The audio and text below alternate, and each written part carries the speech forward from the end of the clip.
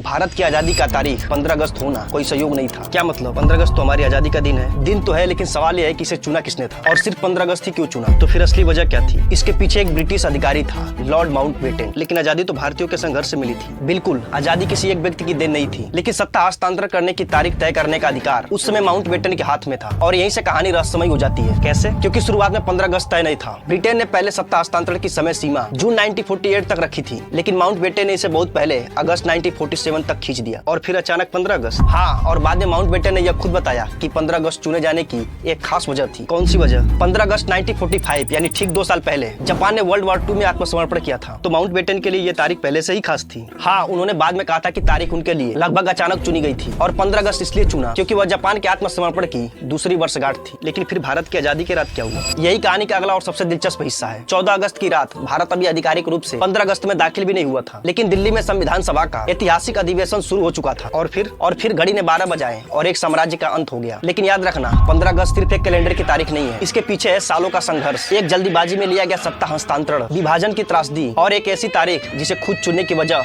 Mountbatten ने बताई थी। तो क्या 15 अगस्त सिर्फ हमारी आजादी की तारीख थी या इसके पीछे कोई और भी कहानी थी?